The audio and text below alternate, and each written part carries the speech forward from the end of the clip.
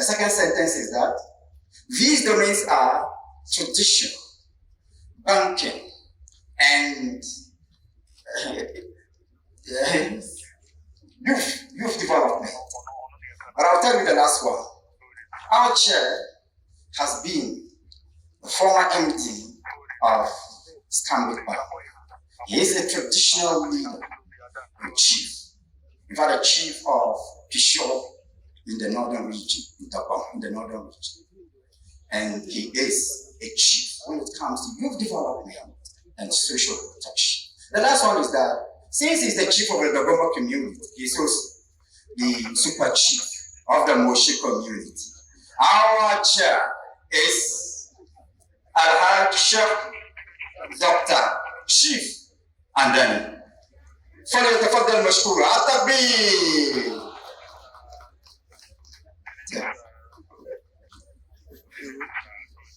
Assalamu alaikum wa rahmatullahi wa barakatuh.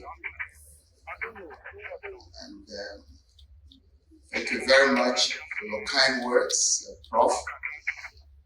I stand here as Prof has indicated on behalf of His Eminence, the National Chief Imam, the National Muslim Conference, and indeed all the Muslims of this country as we try to create what we call the National Muslim Conference to address the issues of how the Muslim community can continue to participate in policy making and the good governance of this country. Our religion, first and foremost, testifies to faith, the oneness of Allah, and the Quran and all the teachings are replete with the faith. The next is our religion is embodied in values that have global expression in every community. And our faith is built on core. So our faith is built on community. I like to say that probably in this country we put a lot on faith, which is important. But the values and the community aspect really is what we are trying to develop under the auspices of the conference and all of these efforts. So once again, I like to apologize for the late start of this program and to say that it all comes back to how we organize ourselves in the various sects in our communities and our view of how important it is for Muslims to be part of the fabric of this country, playing a role, embedding the values of Islam in how the country is governed and how, for that matter, how policy is shaped.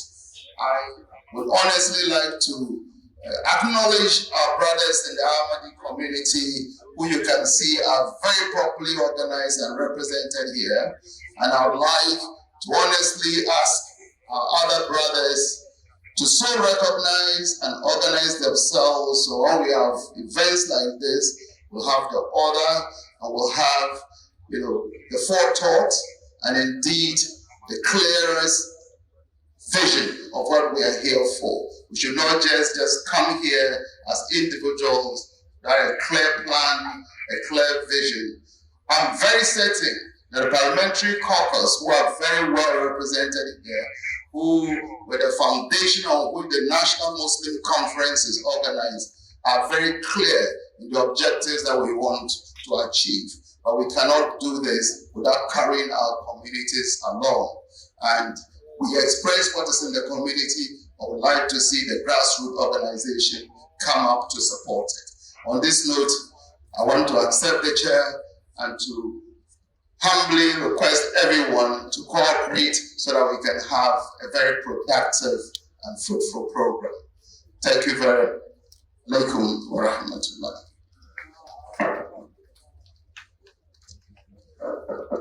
Oh, Chief Moshikwa, won't you clap for him? Thank you. Atabe. Your Highness, we are very grateful. Diversity. I have the single honor to introduce to you Hajia, one of us, for the introduction of the dignitaries. Let's give her a round of applause.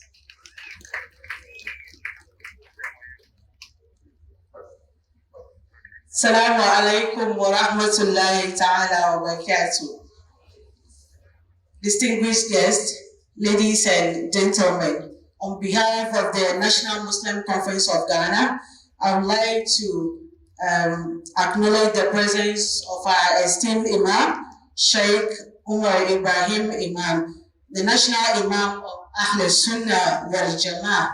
I would like to do you also our diplomat, Ambassador Ali Gomshi, Embassy of the Islamic Republic of Iran, and then the High Commission of Malaysia, Said Nazir Idid, Legal Ambassador Mr. Ibrahim Said, Chief of Mission Senegal, Mission of Mr. Ahmadu Draman, Mr. Salim Kanki, Managing Director of Japan Motors. We have with us Madam Emily Fettig, who is from the Embassy of the United States of America. We have in our midst Mr. Ahmed Rami Mumaza, is from Algeria Embassy. We have Chief Al-Hassan Andani. We have again Fidos Center Medina, from Medina. We have the Islamic Center for Women Orientation. They are also from Mamadi. We have in our midst Alhaji Abdul Wahab Isa, who is the Deputy Amir Muslim Mission. We have with us Honorable Elvis Efiye Ankra.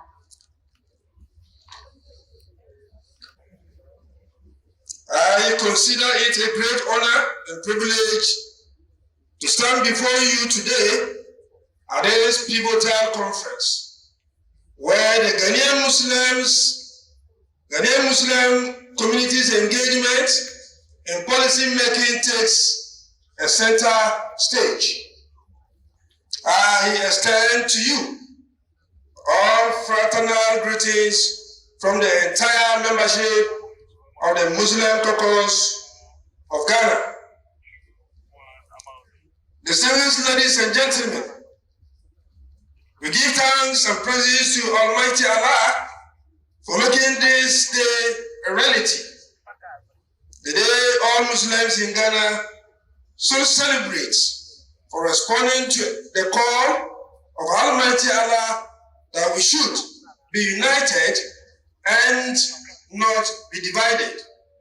We thank Allah for waking us up from our slumber and giving the realization that we will continue to live in the agenda of others. Distinguished ladies and gentlemen, it is normal and natural to have different views about the message of the Quran.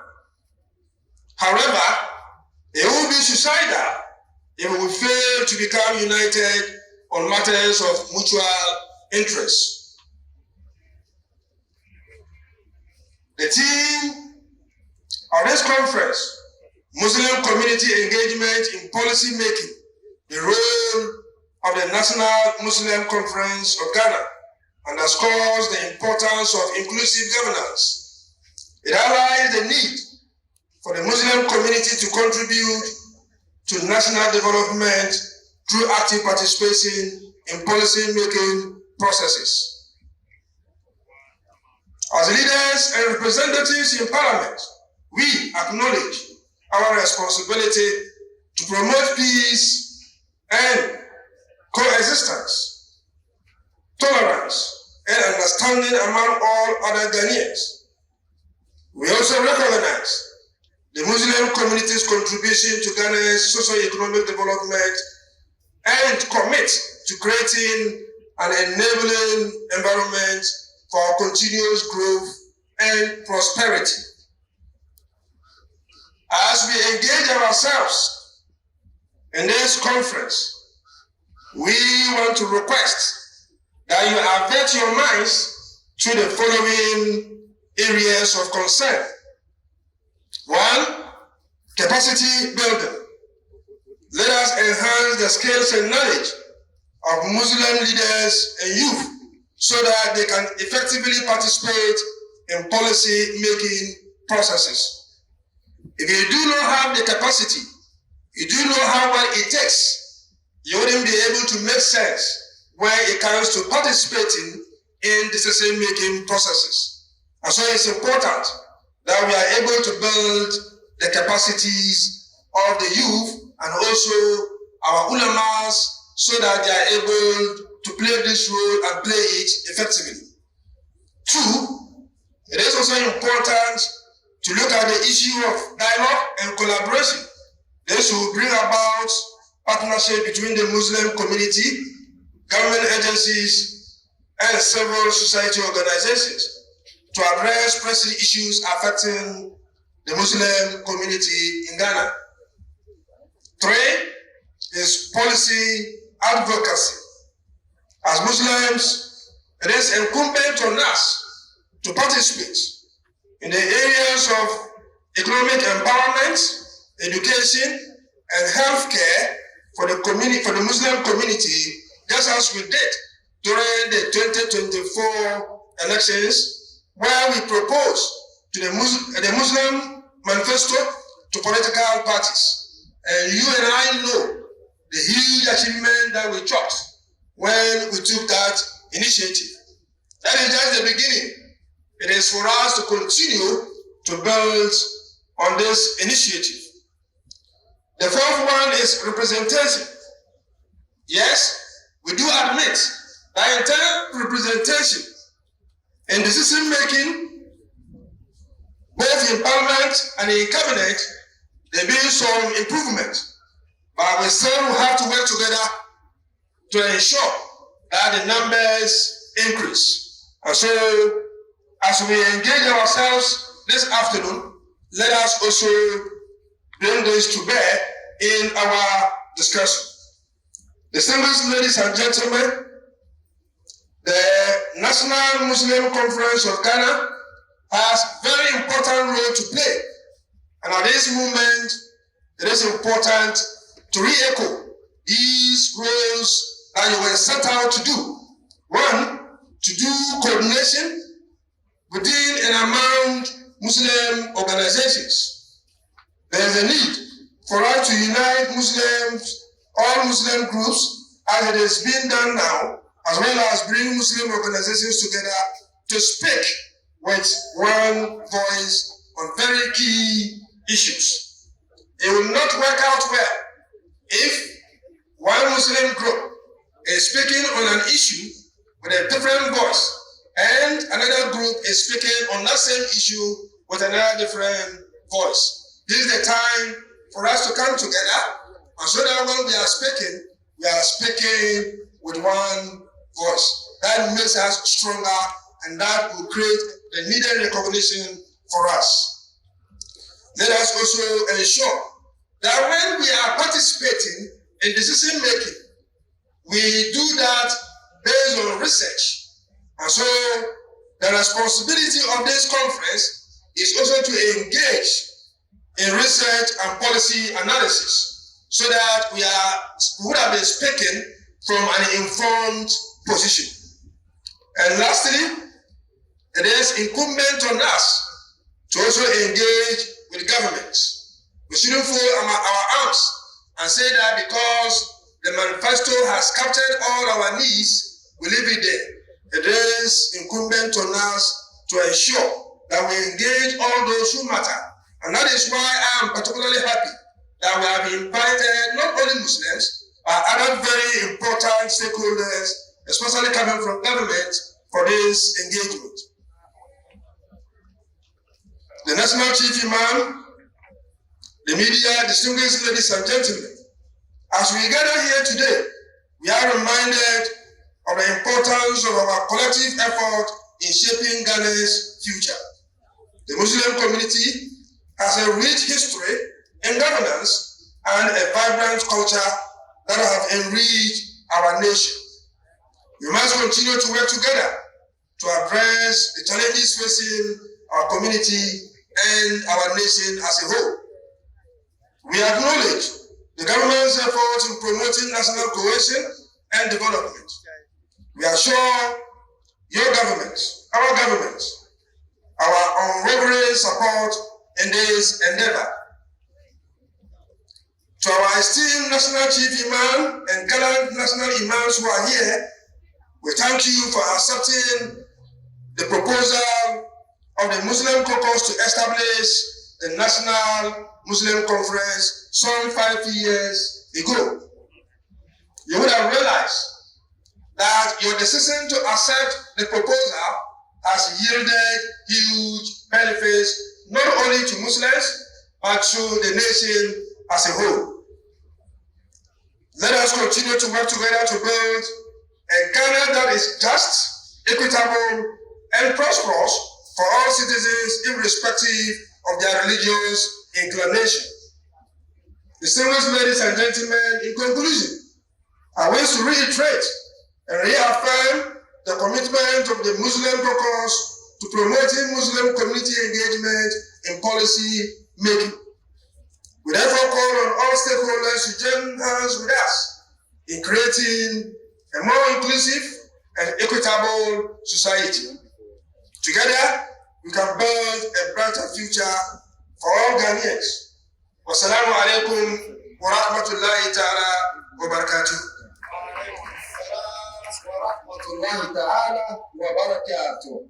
MashaAllah. Please let's put our hands together for him. He is from Parliament, and we need to give him that parliamentary honor. After that, we follow it with a thunderous at-takbir. At-takbir. We do not joke with our leadership. We cherish them, we love them.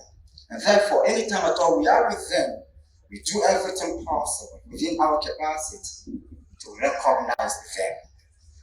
And for that reason, I have the single honor to reintroduce to you very important personalities constitute the leadership of the National Muslim Conference and other dignitaries who are here.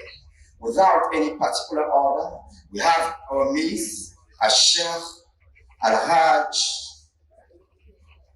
Umar Imam, National Imam of Ahlul Sunnah wal Jama'ah. At-Takbir. Today, unfortunately, he's wearing 2 caps, one for himself, one for his elder brother. His name is the National Chief Imam. We also have, and I know he will speak English today, inshallah. Allahu Akbar. We also have among us a Sheikh Abu Bakr Kamaluddin, my own father, who is the Imam and part of Shia Muslim community. At-Takbir.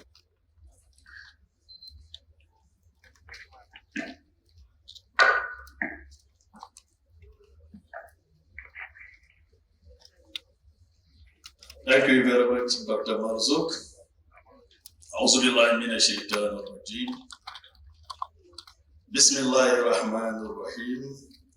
Wa sallallahu ala sayyidina Muhammad wa ala alihi wa sahbihi ajma'in. Mr. Chairman, the first Deputy Speaker of Parliament,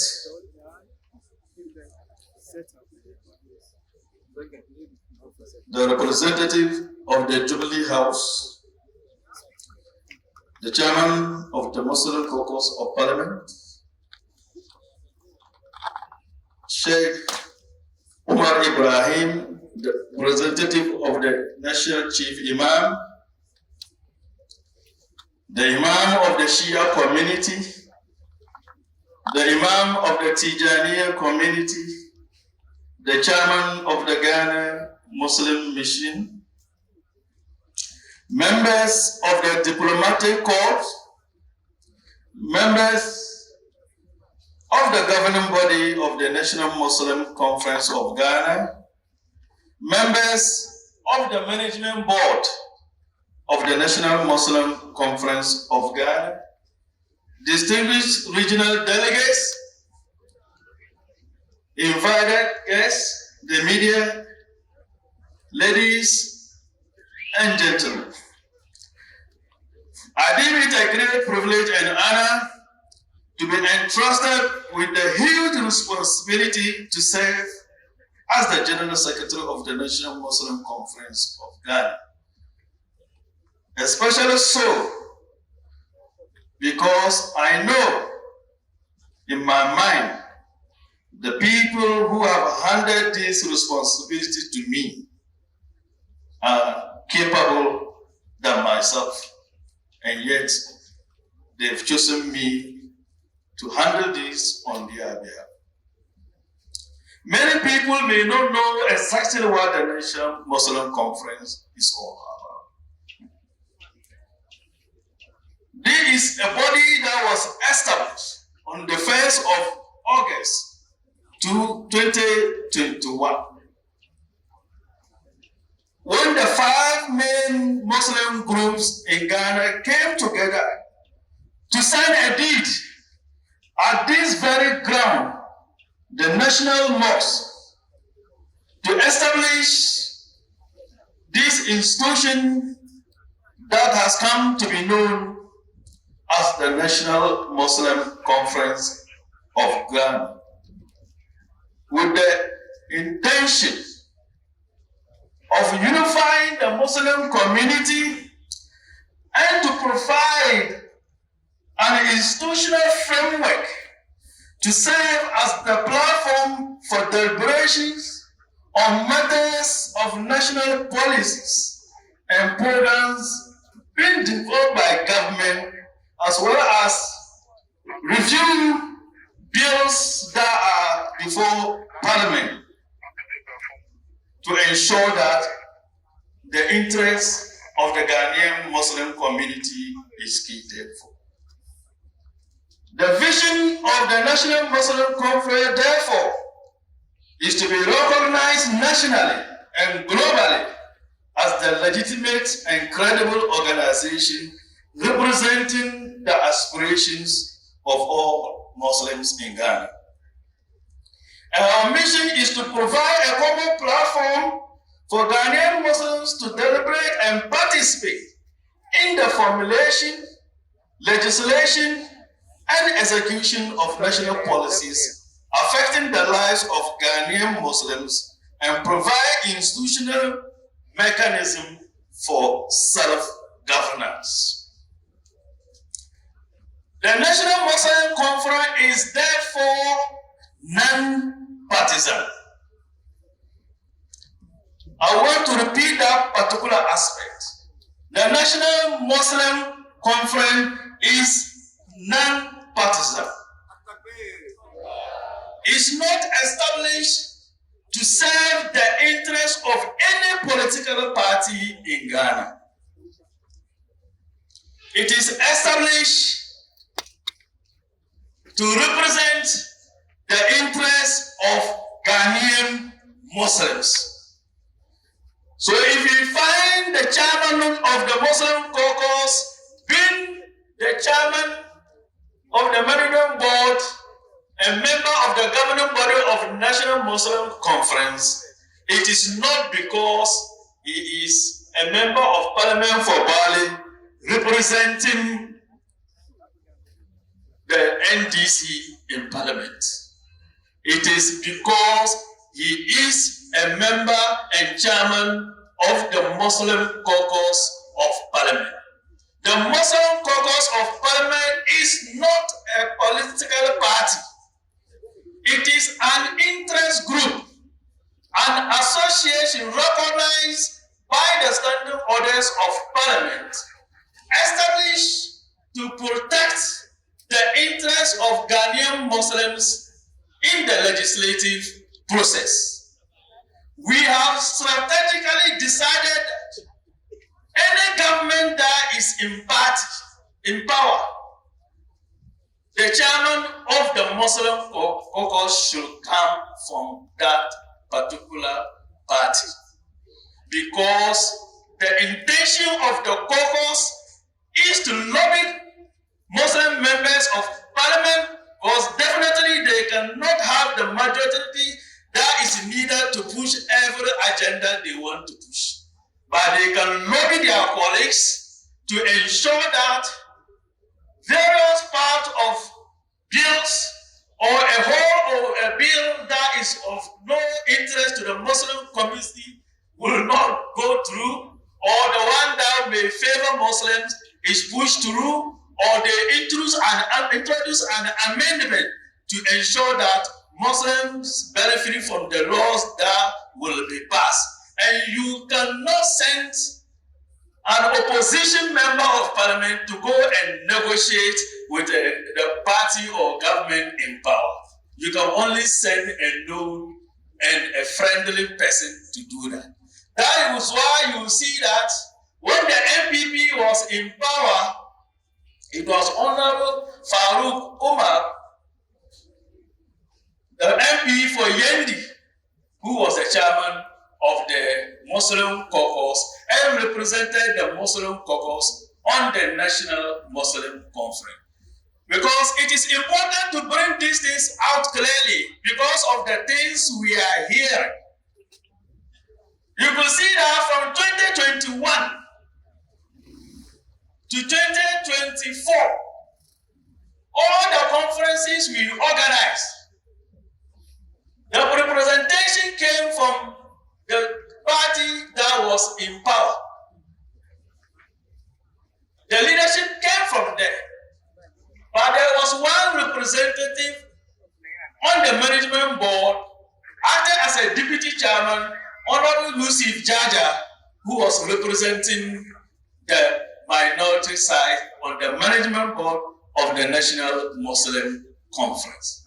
This is not meant to be a permanent feature of the National Muslim Conference. But because the Muslim caucus provided leadership in establishing this body, that is why it has to stay on to direct the affairs of the National Muslim Conference to the point where the Muslim community will now get used to this idea and be able to run it without the involvement of the Muslim caucus.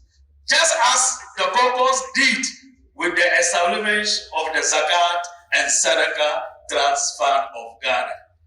Everybody knew it was started in Parliament, but today it is not run by members of Parliament or anybody in Parliament. It is run by the Muslim community under the supervision of the Muslim caucus of Parliament. I know the MC just standing by me, but it is very important to bring out this. The structure of the Muslim conference is made out of a governing body who are signatories to the deed of the National Muslim Conference here seated, with the National Chief Imam as the chairman of the body, and also the chairman of the Zakat and Sadaqah Trust Fund also as member. Here we have him seated as the chairman of this occasion, Na Al-Hassan Andari. In the course of the year under review, the governing body met 2 times at the residence of the National Chief Imam. The body met to look at issues affecting Muslim community and deliberated on how the Muslim community was to participate in the new introduced National Day of Prayer and Thanksgiving. The body also met as a body to approve a formula that was presented to it for approval by the management board on the special scholarships which were given, about 200 scholarships by President Muhammad to the Muslim community in fulfillment of one of the manifesto promises of the NDC to the Muslim community. And in this particular manifesto promise was initiated by the Muslim community itself in the Muslim manifesto, which it presented to all the major political parties. The body also visited the former vice president at his residence after the election to commiserate with him, to pray for him, and to express the gratitude of the Muslim community and Ghanaians as a whole for the speedy manner in which he accepted his defeat after the 2024 election that took away the usual anxiety and uncertainties that usually characterize the aftermath of elections in Ghana. The body together also visited the President-elect John Dramani Mahama at his residence immediately after the election to congratulate him and to pray for him for God's guidance during his tenure of office. The management board of the National Muslim Conference did not go to sleep, understanding what is now at stake. 12 out of the 14 manifesto promises proposal that we presented to the NDC party were found in the manifesto of the NDC. And we knew and understood that the fact that these things are captured in the manifesto does not mean that they are going to necessarily come into fruition. So we follow up by visiting ministries and agencies that we believe will be affected by some of the manifesto promises made to us. So we visited the Minister of Education. That ministry has about 4 or 5 of the items that we mentioned in our manifesto. We visited the Minister for Local Government and Rural Development because there is an item affecting his ministry. We visited the Minister for Employment and Jobs because some items affected the ministry. The last one to be visited was the Minister of Health, but we could not eventually get through with our appointment. Our intention was to lobby and to impress upon the ministry to ensure that those manifesto pledges made to the Muslim community are translated into policies and budgeted for before their budget will come to Parliament. So your National Muslim Conference is not sleeping. It is working on your behalf. The body also visited the Right Honorable Speaker of Parliament to pray for him and to thank him for the able manner in which he managed the hanged-eighth Parliament just before he was re-elected into office as the Speaker of the 9th Parliament. Mr. Chairman, the Muslim community has some few issues we want to raise here. And we are happy that the representative of the Jubilee House is here, even as we wait for the representative of His Excellency, the President. The Muslim community, represented by the National Muslim Conference of Ghana, want all political parties, not just NDC, to know and understand that the fact that Muslims are given appointments after election does not necessarily make them representatives of Muslims in your political parties. They are just your party members you have given appointment, though we are happy that they are Muslims and we expect them that they won't do anything to the disadvantage of the Muslim community. So there are critical bodies, especially bodies that affect the lives of Ghanaian Muslims directly. such as Hajj, the scholarship, secretariat, the Get Farm Board, the Health Insurance Board. These are things that affect our life directly. We want to see representation from Muslim community and not Muslim party members. Upon your party Muslim members, but we want to have a representation that will attend meetings and come back to the governing body or management board of the National Muslim Conference to inform us what is transpiring, especially when the decisions are affecting our very lives. Let me use Hajj as an example. It is one of the 5 pillars of Islam. So it will be unheard of for the office of the National Chief Imam of the governing body of the National Muslim Conference of Ghana, which is the mouthpiece of Ghanaian Muslim, will not have a representation on such organization. Whoever is appointed just because he's a party member reports to whoever appointed him. He doesn't report to the Muslim community. We want transparency. Muslim community has now changed the way we do things. We have changed. We used not to have National Muslim Conference. We used not to have conference of regional imams. We have now understood why we have been left out.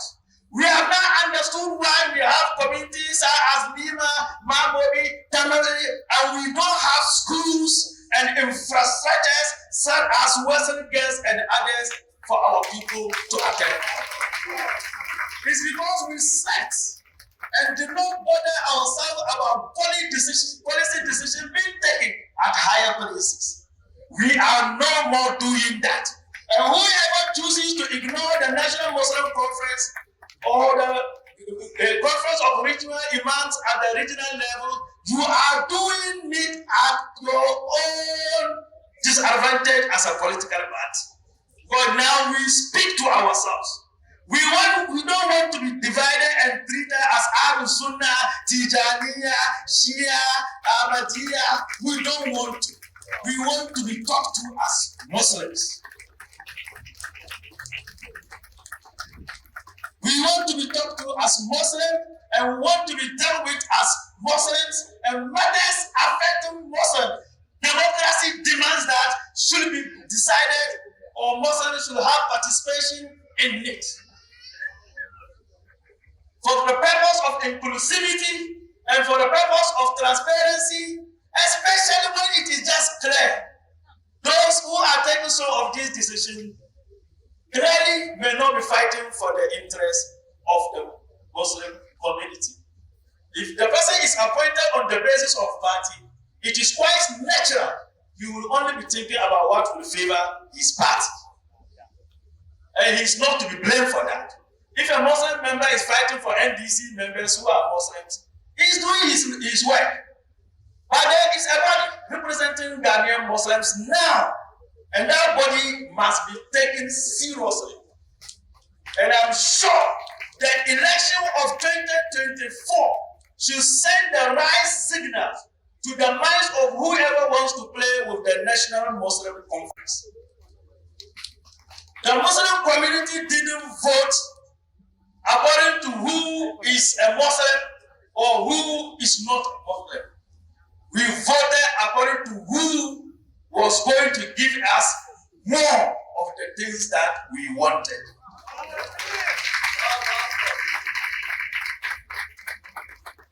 Let me end my conversation here and wish His Excellency the President a happy birthday, coming from the Muslim community in Ghana. And it was our wish that he would have cut one of his cakes here at this gathering today. So, Mr. Elvis, tell the President that he lost a prayerful opportunity. Thank you very much. Let's give him and a very thunderous. أشهد أن لا إله إلا الله وحده لا شريك له وأشهد أن محمدا عبده ورسوله أما بعد فأعوذ بالله من الشيطان الرجيم بسم الله الرحمن الرحيم اللهم صل على محمد وعلى آل محمد كما صليت على إبراهيم وعلى آل إبراهيم إنك حميد مجيد اللهم بارك على محمد وعلى آل محمد كما باركت وسلمت على إبراهيم وعلى آل إبراهيم إنك حميد مجيد ربنا آتنا في الدنيا حسنة وفي الآخرة حسنة وقنا عذاب النار. Now, Chairman, representative of His Excellency, the President of the Republic of Ghana, the second Deputy Speaker of Parliament, leaders of various Islamic groups, ministers of state, members of parliament, members of the diplomatic corps, distinguished guests, esteemed scholars, fellow Muslims. Let me greet all of us with Islamic salutation of peace. Assalamu alaikum wa rahmatullahi ta'ala wa barakatuh. May the peace, mercy, and blessings of Allah subhanahu wa ta'ala be upon all of us. Like Prof has communicated before I came up here, a series of bereavements have led to my standing here before all of us today and wearing shoes that I carry here on my humble self, the shoes of His Eminence, the National Chief Imam of Ghana. Now, in the words of His Eminence, I am honored to address this gathering of the 5th Annual Conference of the National Muslim Conference of Ghana.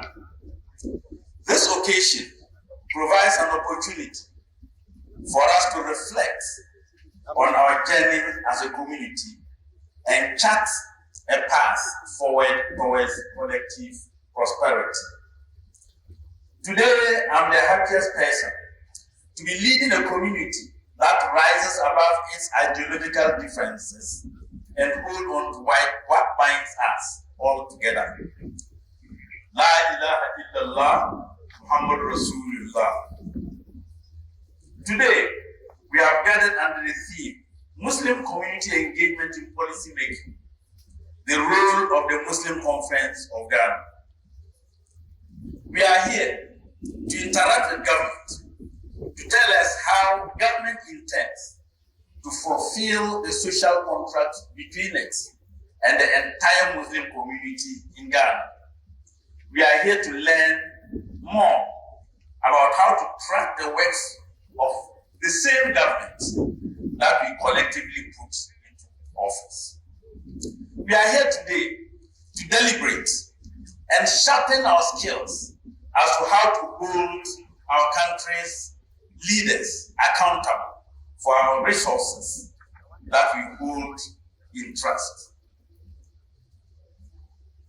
As Muslims, we are an integral part of the Ghanaian society, and we must contribute to the development of our nation. We must strive to promote national unity and peaceful coexistence with our non-Muslim brothers and sisters. Islam teaches us to respect the rights of others and to be kind to all people, regardless of their faith or background. Let us work together to build bridges of understanding and cooperation with other communities. Let us be ambassadors of peace and promote social justice. We must reject all forms of extremism and violence and promote a culture of tolerance and understanding. We must also promote tolerance and understanding among different Muslim sects in Ghana. We are all Muslims, and we must work together to promote the interests of our community. Let us reject all forms of division and work towards unity and solidarity. We must partner government to ensure good governance in development of Ghana. We must engage with governments and policymakers to promote the interests of our community and to contribute to national development. I call on government to fund infrastructural development to Muslim educational facilities. Our schools and institutions need support, and we urge government to assist us in this regard. Fellow Muslims, I urge you all to rally behind the National Muslim Conference of Ghana as the mouthpiece of the Muslim community. Let us support our leaders and work together to promote the interests of our community. We must pay attention to government policies and legislations that are passed in Parliament. We must engage with policymakers and contribute to the development of our nation. I urge all Muslims to activate the payment of zakat into a common pool for the development of the Ummah. Let us support our neighbors with sadaqah. But let us also pay our zakat into a common pool to promote the development of our community. I call on government to institute stringent measures to curb institutional corruption and abuse of public funds. We must work together to promote good governance and accountability. To the youth in the Muslim communities, I urge you all to take advantage of new advancing technologies to advance the message of Islam and improve your lives. Let us use technology to promote education, entrepreneurship, and social development. In conclusion, I pray that Allah subhanahu wa ta'ala guides us on the right path and blesses our efforts to promote unity, peace, and prosperity.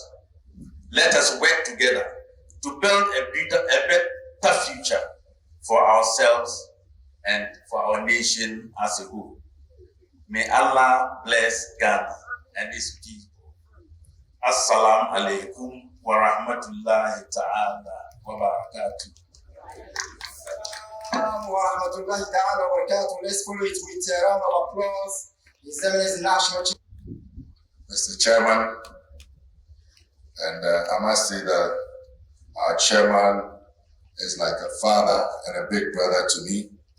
I always count on his wise counsel advice. Thank you very much, Mr. Chairman. Our second Deputy Speaker of Parliament, and when we were talking, he said he preferred to be known as the controversial MP. Our distinguished imams from the various Muslim groups, our sheikhs, our ulamas, and Muslim scholars, honorable members of parliament, respected leaders of various communities, our distinguished members of the diplomatic corps, delegates of the National Muslim Conference of Ghana, distinguished ladies and gentlemen. Assalamu alaikum rahmatullahi wa barakatuh. Did I get it right? When I was younger, you didn't give me a Muslim girl. You see how I'm suffering. Now that I'm retired, it is a great honor to join you this morning on behalf of His Excellency President John Dramani Mahama, the Chief of Staff and the government and people of the Republic of Ghana, for this historic National Muslim Conference. I bring you their heartfelt greetings and warmest blessings as the representative of His Excellency the President, the Minister of Interior, and MP for Aswase, who is a prominent, distinguished Muslim, has joined us this morning as a special guest representing the President. So you see, you have distinguished senior Muslim people in the government. You have him as Minister of Interior, you have Honorable Haruna Idrisu as Minister of Education, you have the National Security Coordinator, so Muslim, and many, many more. So these are people that I believe will not do anything against the interest of the Muslim community. They will fight and pursue what is in the interest of the country and the Muslim community. Honorable Minister, you are very welcome. I've taken over your job. Allow me at the outset to acknowledge our father, His Eminence Sheikh Dr. Usman Nuhu Sharabutu, the embodiment of peace, the guardian of tolerance, and a divine gift to our nation. As a Christian, I always proudly say that the National Chief Imam is my father too. His life has been a stabilizing force for Ghana. His humility, wisdom, and moral authority have guided our nation through challenging moments. And today, Ghana stands tall because people like him have stood firm. Ghana's unique religious harmony, a legacy to protect. President Mahama has repeatedly emphasized that Ghana is blessed with unique religious, social, and political harmony that few countries in the world enjoy. Muslims and Christians live in the same homes. We share meals, participate in each other's celebrations. During Eid, we enjoy our salah meats and teasers. In my house, by 12 o'clock, if the salah meats and teaser hasn't come from Hajia, the boys will start complaining, where is the salah meat? Where is the salah meat? We enjoy it together. And during Christmas, Muslim brothers and sisters celebrate with Christians. This is not common, this is not automatic, and this must never, never, never be taken for granted, because other countries don't get it that way. When we look at neighboring countries, some richer and more endowed than us, and we see how quickly instability and mistrust can destroy societies, without peace and harmony, no nation can develop. This is why one of the reasons why the President established the office of the Presidential Envoy for Interfaith and Ecumenical Relations to consolidate protect our unity and position Ghana as a global model for peaceful coexistence. Relevance of this National Muslim Conference. This conference on Muslim community engagement in policy making and nation building is timely and profoundly important. Our Muslim community is a vital pillar in Ghana's development, and your participation in national policy making strengthens democracy, deepens inclusion, and enriches national development. Your voice matters, your guidance matters, and your contribution to peace building is indispensable. So your messages have been well taken. Religious foundations for coexistence. Permit me to reference two sacred texts that beautifully affirm our shared values. Starting with the Christian scripture, the Good Samaritan in Luke 10, 25 to 37. Jesus talked about somebody who was injured and was robbed. And the priest passed by, the Levite passed by, but the Samaritan, someone from a different community showed compassion and mercy. And Jesus asked, who was the true neighbor? The answer, the one who showed mercy. And Jesus said, go and do likewise. So in all our religion, it is about showing love. It's about showing compassion. It's about showing mercy. It's about showing humanity. That is what makes the difference. And this is Ghana. We show mercy. We show kindness. We show neighborliness across faiths. Permit me also to go into the Holy Quran. Surah Al-Hujurat 49:13. O humanity, indeed, we created you from a male and a female and made you into nations and tribes so that you may get to know one another. Surely the most noble of you in the sight of Allah is the most righteous among you. Allah is truly all-knowing, all-aware.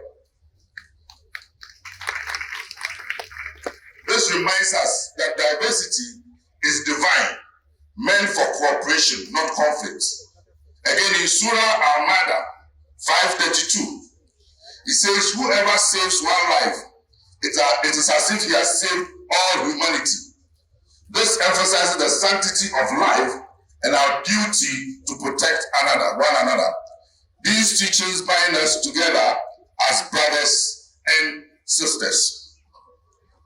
Again, Surah An-Nisa 4:36 says, worship Allah and associate nothing with him, and be kind to parents, relatives, orphans, the needy, the near neighbor, and the distant neighbor.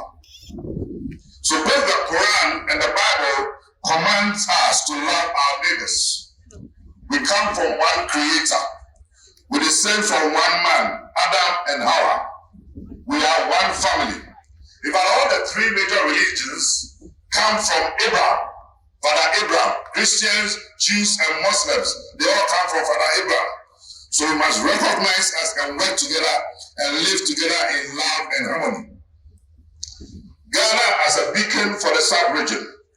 The president believes firmly that Ghana must serve as a case study for the West African sub-region, showing that Muslims, Christians, and traditionalists can live together in dignity, harmony, and mutual respect.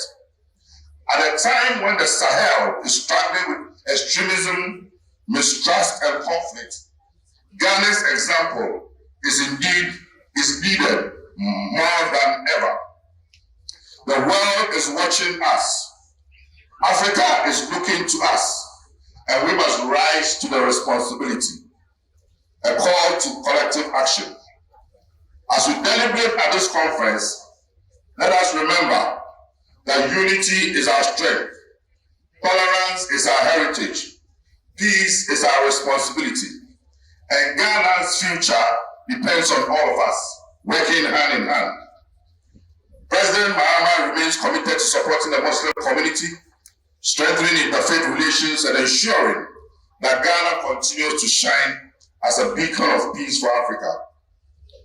Your Eminence, distinguished leaders, we thank you for your wisdom, we honor your sacrifices, and we stand in partnership with you as we build a peaceful, prosperous, and united Ghana. May Allah continue to bless our nation with harmony. May He reward the efforts of our Muslim leaders, and may He guide us to strengthen Ghana for generations to come. Thank you. Assalamu alaikum wa rahmatullahi wa barakatuh.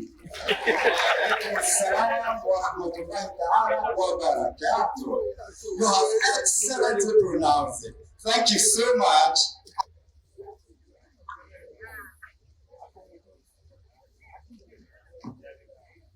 As the MC said, when you look at the program, the Right Honorable Speaker should have been here personally.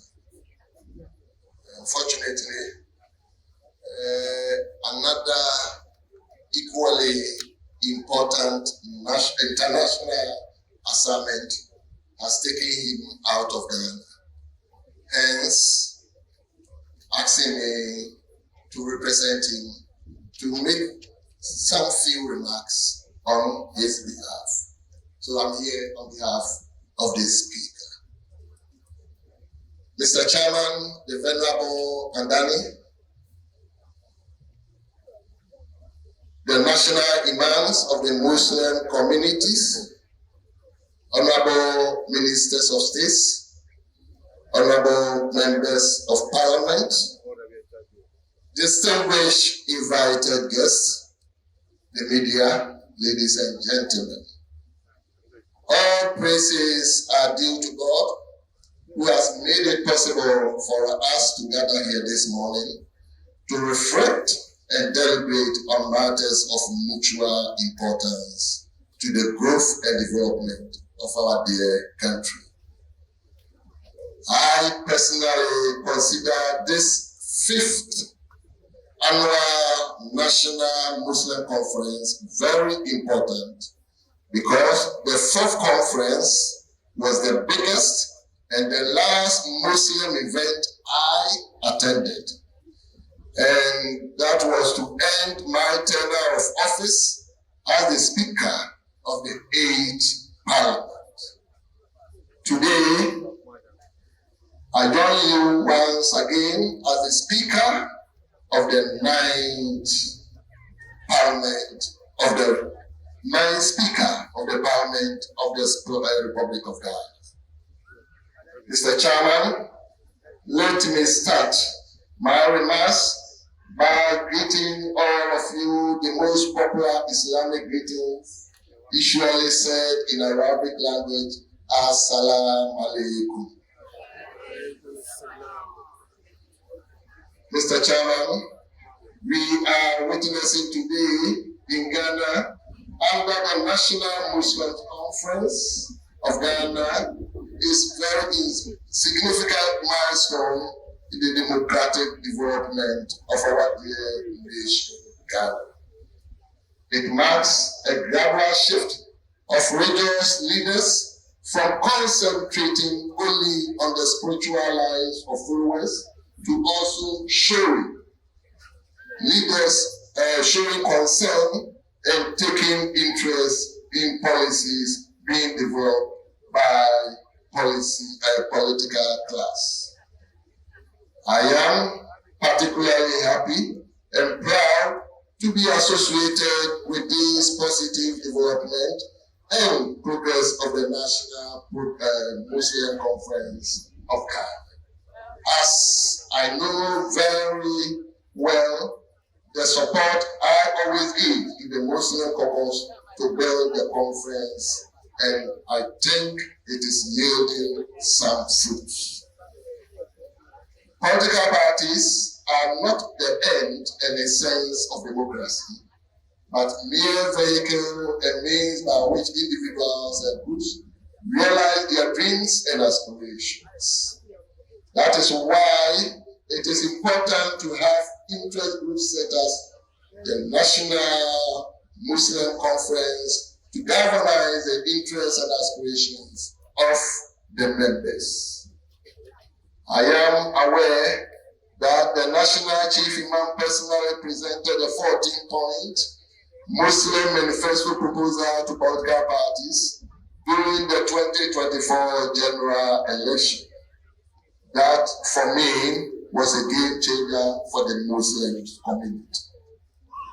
It is therefore in the right direction and appropriate that the 2025 annual Muslim conference is under the theme Muslim Community Engagement in Policy Making, the role of the Muslim Conference of Ghana. It is indeed time for manifesto's promises to be translated into government policies for implementation and legislations. The engagement of the citizenry in modern democracy during policy formulation is not only important, but also necessary for inclusion and ownership. In his book entitled The Life of Muhammad, Hekal informs us that when the Holy Prophet Muhammad escaped the threats in Mecca and migrated to Medina with his followers, he accepted the responsibility to carry the political leadership of Medina alongside his missionary work as a prophet. The prophet established a legislative system called Shura. He also established judicial system and adjudicated on conflict among the people of Medina. These acts by the Prophet Muhammad in Medina were ample testimony of the fact that participation of Muslims in the governance process of their country is not only a civic duty, but a moral responsibility. I am therefore happy to note that the National Muslims of Ghana has risen up to this call for action made by the Muslim caucus and the leadership of Muslim community in Ghana. I wish to urge all ministers who are here, and I can see the Minister for Interior, the Deputy Minister for Lands and Natural Resources has already spoken, being invited to this annual conference to endeavor to respond and attend upon the Muslim community in order to take the conference through the policies and programs of their ministries. I wish to end by adding my voice to the call by the Muslim community to government for the formal recognition of the National Muslim Conference of Ghana and giving all state protocols and support extended to other religious bodies to be extended to it. With these few remarks, I wish the Muslim community a fruitful celebration and a successful 5th annual conference. Assalamu alaikum.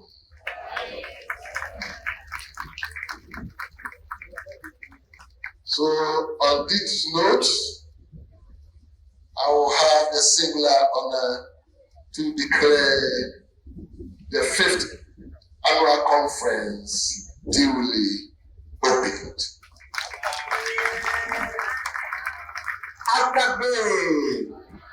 Okay, so let's do what Parliament wants. A round of applause. Big one. I want to tell you something His Eminence National Chief Imam has just informed me about. And I know that loudest applause will come from the woman. He says that he's very grateful to all of us for giving meaning to the concept of unity in diversity by coming here. But he particularly is grateful to the women for coming in their numbers, in fact, more than the men. Let the loudest voice come from you. Chief Imam says, you have, he said, Damascus. Let's give another round of applause. Anyway, Damascus appointed him, the president. Thank you.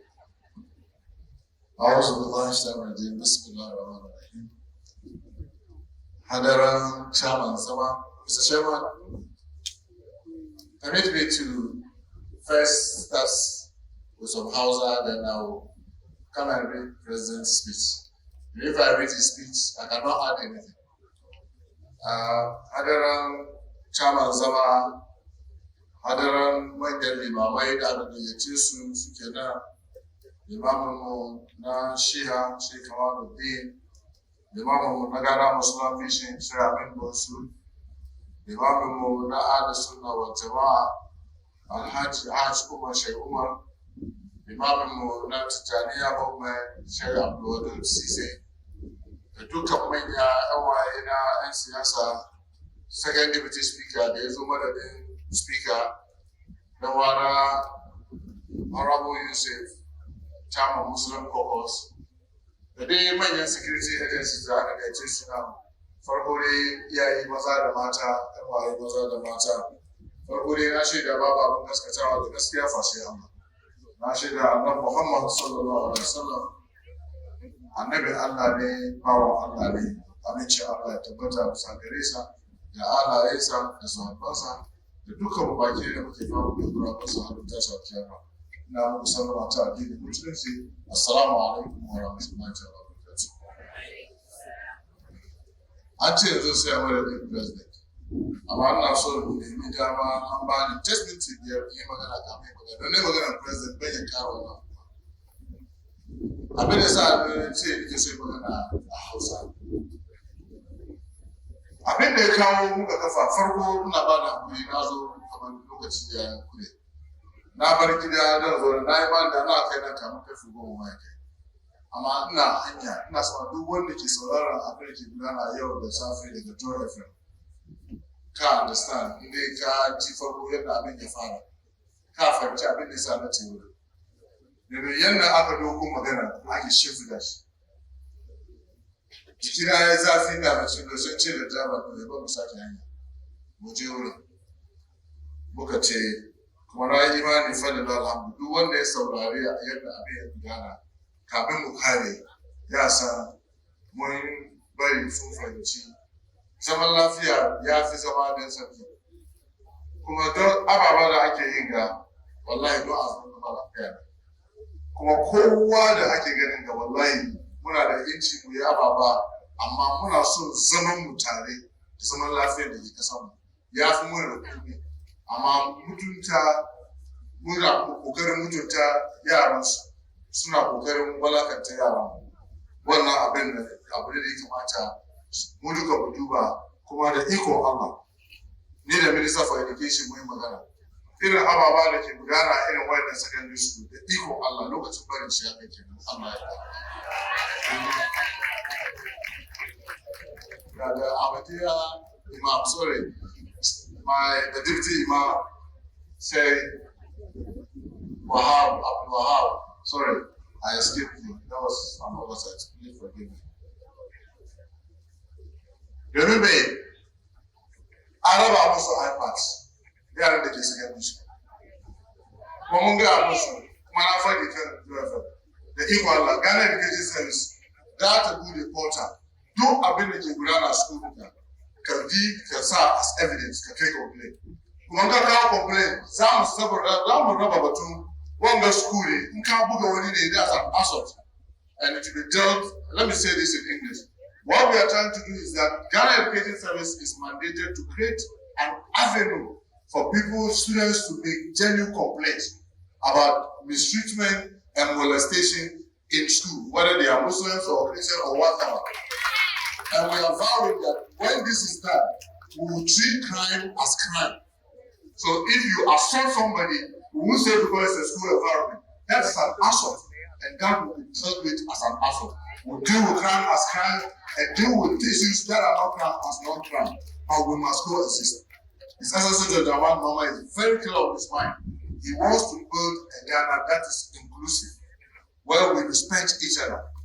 I mean, wanga abin gara nake fadi abin da yake yana da muhimmanci sosai shi ya haifo wanga na samu samun conference ku gafarce ni yau da na zo na duba zaman mu kamar iyaye mata sun fi mu maza ma yawa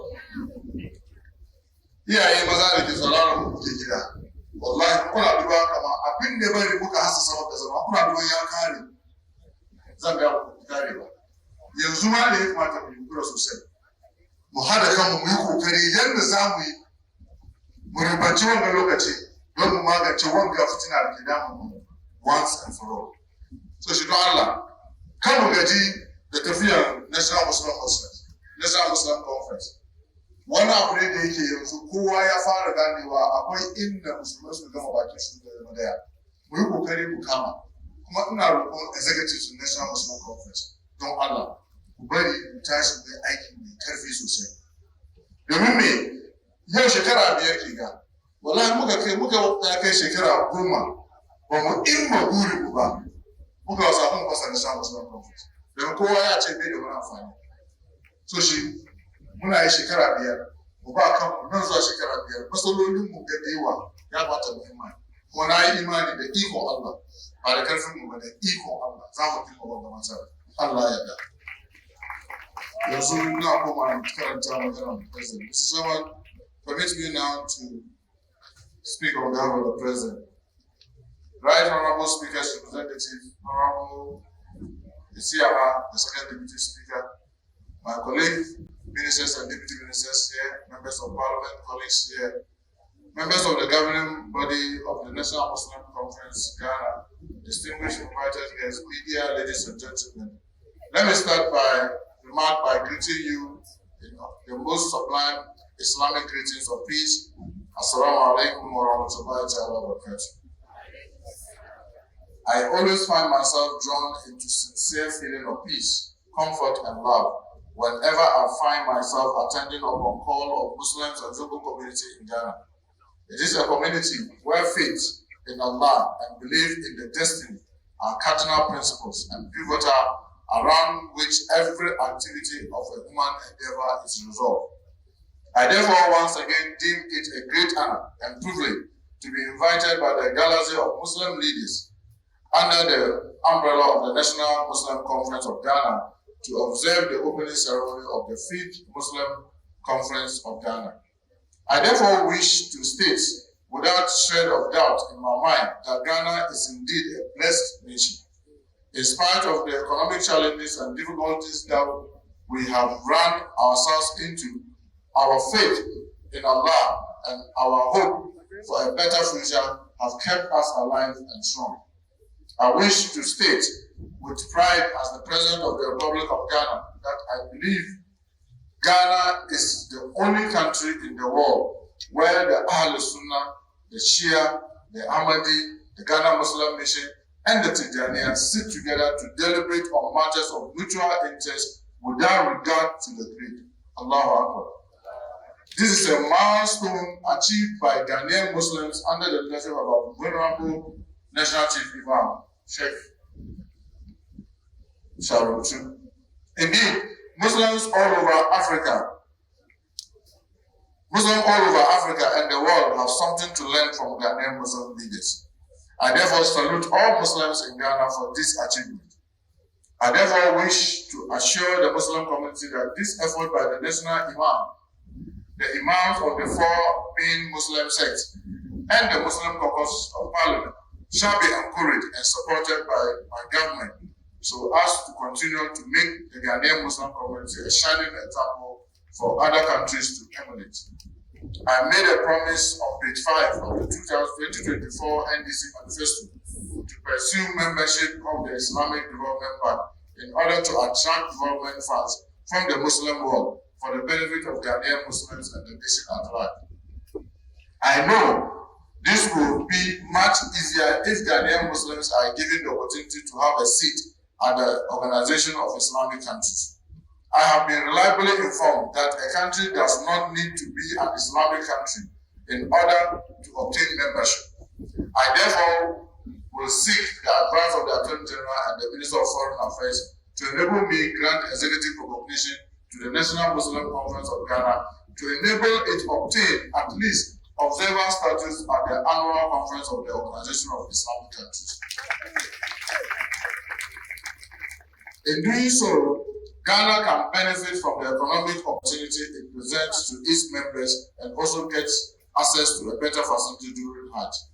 Mr. Chairman, the choice of the theme of the 5th annual conference, Muslim community engagement in policy making, the role of the National Muslim Conference is not only appropriate, but it's also timely in view of the fact that government is in the process of rolling out plans and programs to ensure that it fulfills all the manifesto promise it made to the Muslim and Zobo communities in Ghana, inshallah. We have made about 16 manifesto promises, 12 of which came from the Muslim manifesto, and the remaining came from our own community engagement. We have already fulfilled some, and in the process of rolling out many more in the coming year. Mr. Chairman, many Ghanaians are of the erroneous view that the policies of the Mahama administration are favoring Muslims.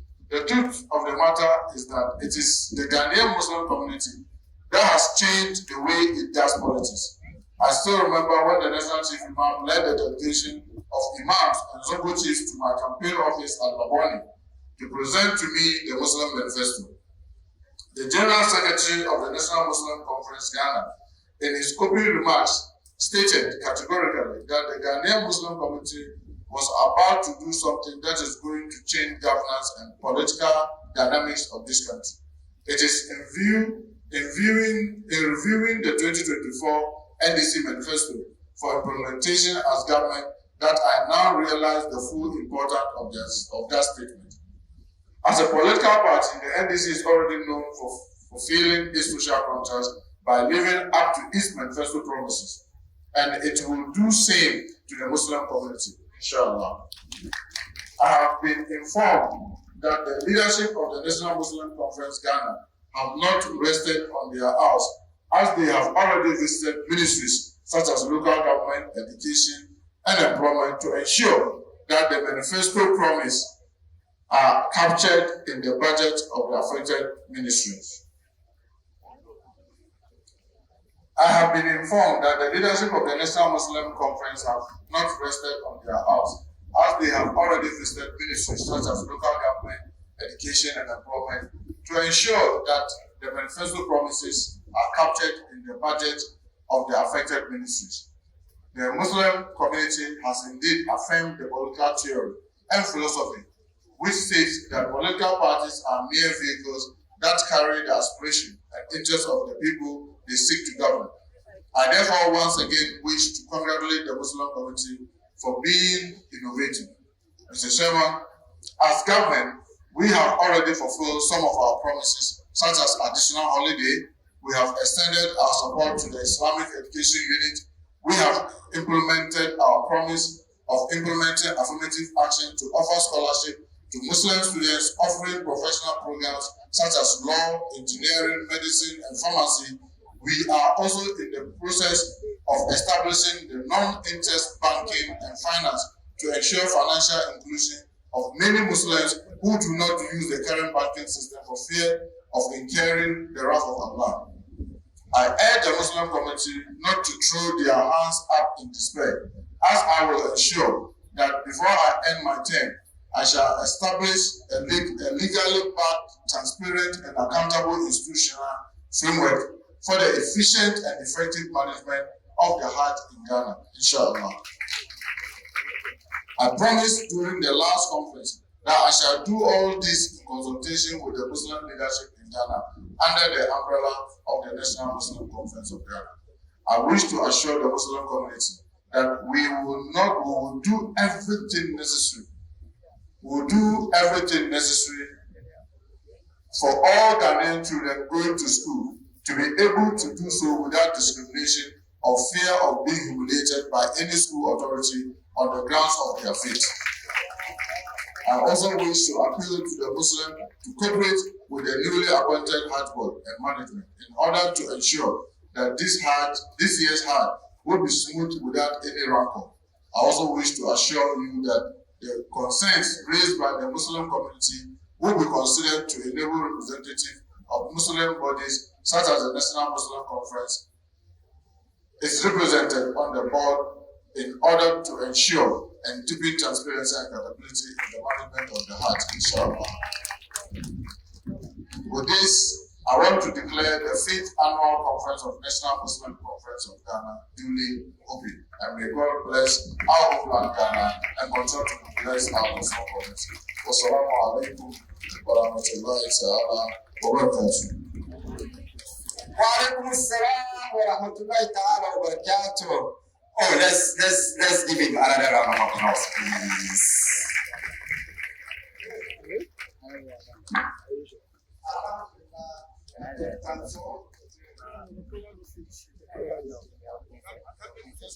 Alhamdulillah, we are really thankful to His Excellency, the President of the Republic of Ghana, ably represented by the Honorable Minister of Interior and Member of Parliament for Asawasi in Kumasi.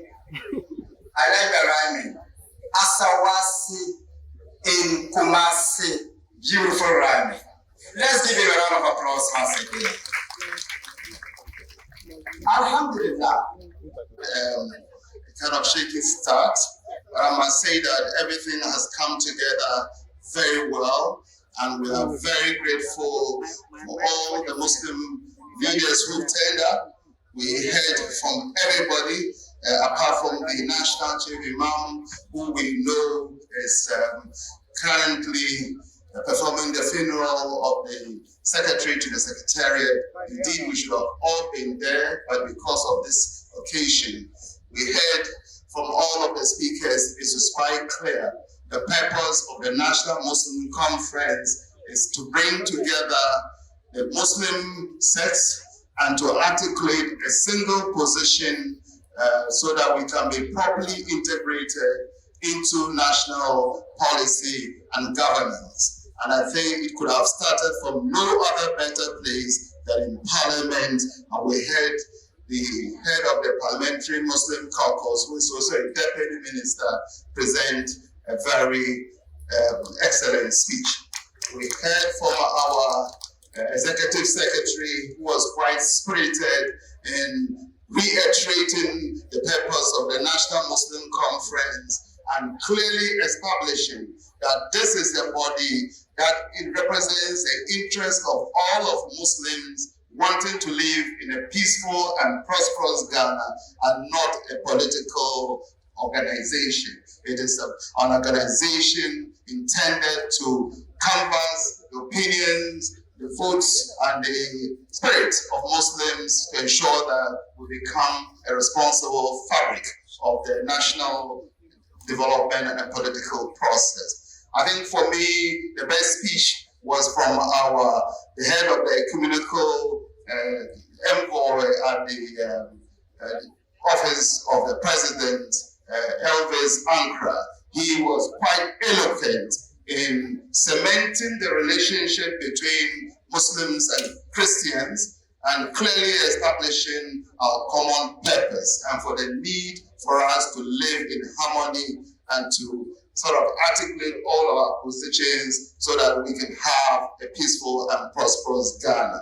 Of course, we heard from our special guest, the Speaker of Parliament, ably represented by my own very good friend, the Deputy Speaker, position again the support of the High Office of the Speaker of Parliament, recognizing the National Muslim Conference and indeed stating the Speaker's own personal involvement in ensuring that this organization was formed and was indeed with us during the last Parliament. I was happy to be here again to represent the Parliamentary Caucus. And with no less a person than the Speaker supporting you, I'm sure you can go very far. So we thank you, Deputy Second Speaker, for coming.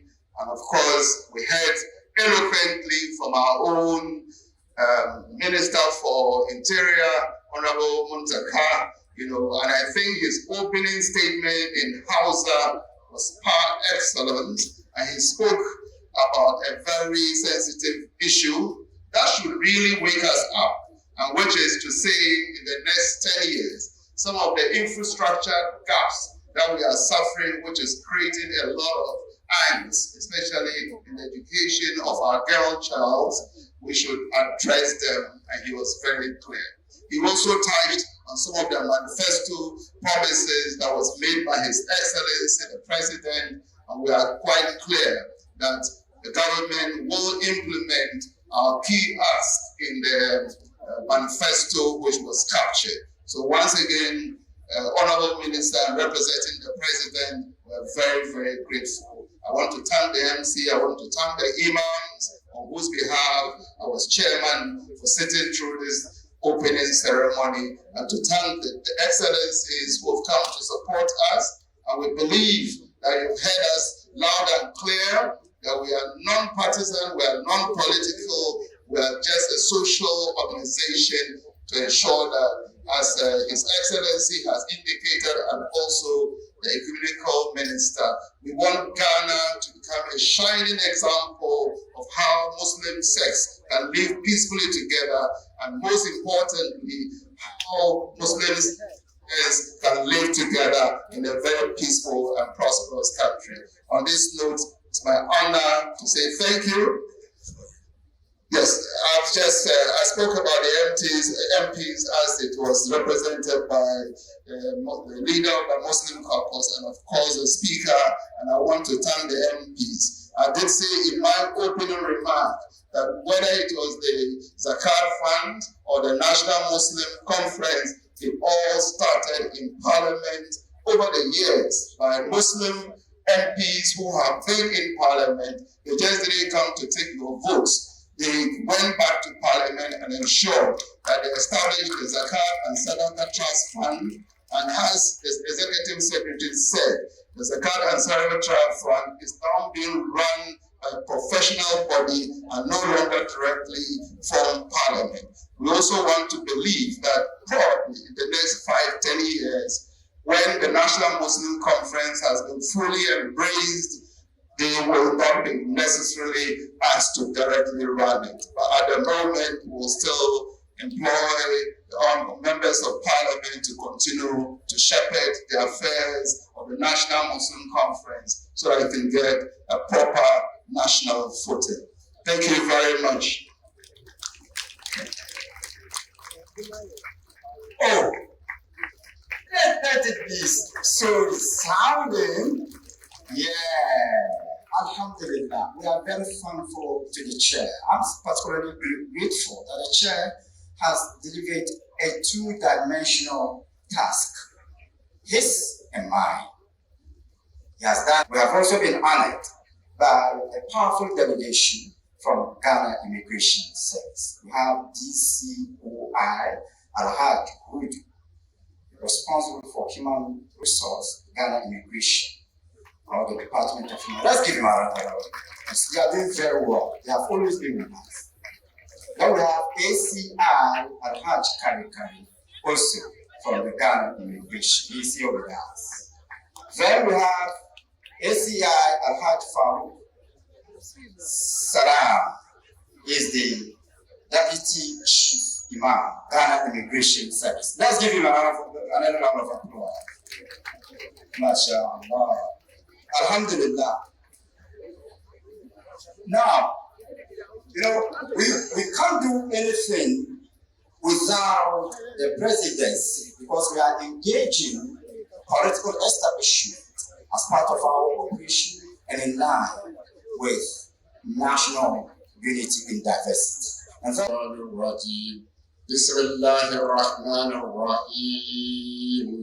Alhamdulillah Rabbil Alameen Ar-Rahman Ar-Rahim Maliki Yawmiddin Iyyaka na'budu wa iyyaka nasta'in Ihdina as-sirata al-mustaqim Sirata alladhina an'amta alayhim Ghayril maghdubi alayhim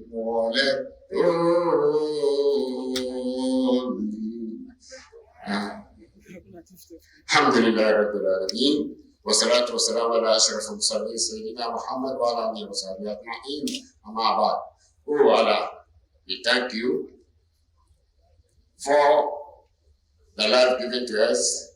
We thank you for our country Ghana. We thank you for all the resources down in this country. We thank you for Muslims coming together. We thank you for Muslims and Christians being together in this country. Oh Allah, continue to shower our blessing upon us. Let this unity that we have solidify the ability for us. Let us achieve progress. Let's do everything together. Increase our life. Give us long life, goodness and prosperity and better ending. And let us end with the Kalimat Shahada. La ilaha illallah Muhammadur Rasulullah sallallahu alayhi wa sallam. Let this unity continue and continue forever. Don't let us disintegrate. Oh Allah, continue to give us the good in this world and the good in the hereafter. All what we lack, What we are lacking behind is education for resources and other things, or the help us, so that through National Muslim Conference, we achieve all this through a unified body. Well, we thank you. Rabbana takabalu minna innaka antas samiul alim wa tub alaina innaka antat tawwabur rahim. We thank you. We thank you, Allah, for the president who attended by his representative, the Minister of Interior. We also to continue to shower the blessings upon him. Continue to shower the blessings upon the cabinet ministers, those who are present, those who are not here. All the imams around here. Let us continue to be together. Bless the representative coordinator for Zongo Affairs, and bless everybody who has come here. Let fulfill everybody's desire for him, and let us achieve the success in this way and the success in the hereafter. ربنا تقبل منا انك انت السميع العليم وتب علينا انك انت التواب الرحيم سبحان ربك رب العزه عما يصفون والسلام على المرسلين والحمد لله رب العالمين. Please, a few announcements. Please remain seated. One, we need to have a photograph of members of the high team, so you will still prepare. And